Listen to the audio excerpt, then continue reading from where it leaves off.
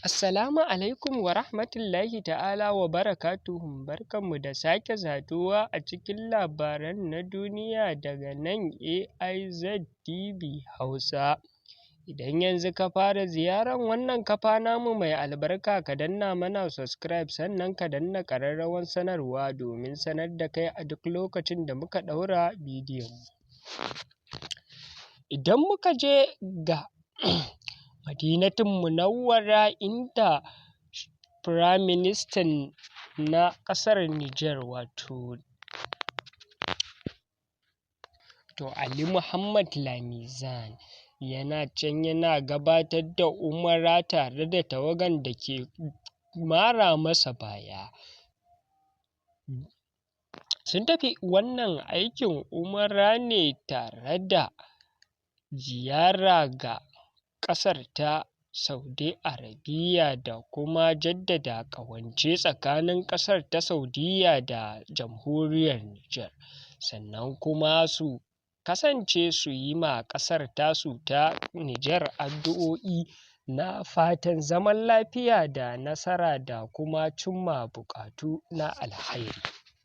Firaminista Ali Muhammad Lamizan ya kai wani ziyara na gani da ido a masallacin Annabi Muhammad Sallallahu Alaihi Wasallam da kuma yin addu'o'i ga ƙasarsa da kuma fatan samun nasarori da cimma buƙatu.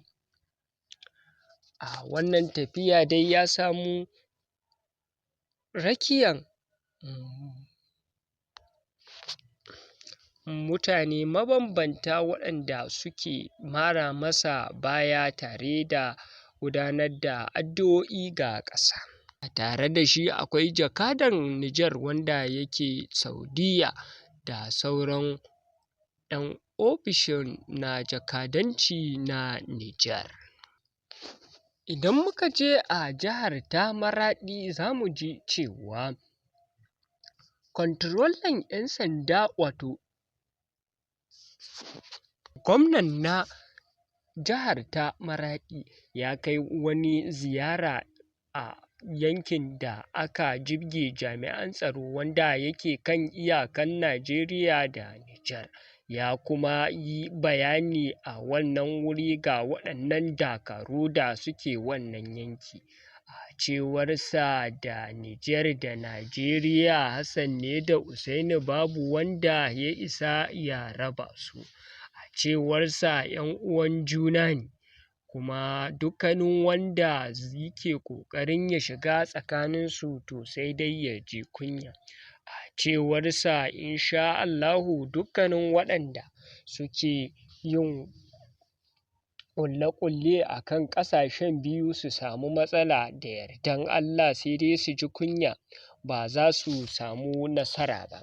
A cewarsa, in ban da dama haɗi na Turawa, su dai abu ɗaya ne, rabo ne kawai irin na siyasan duniya ya sa aka raba su, amma da Najeriya da Nijar 'yan uwan juna ne, aminan juna ne tun tale-tale, domin tun kan a yi karan a kai kwanɗi. Idan aka duba yanayin rayuwa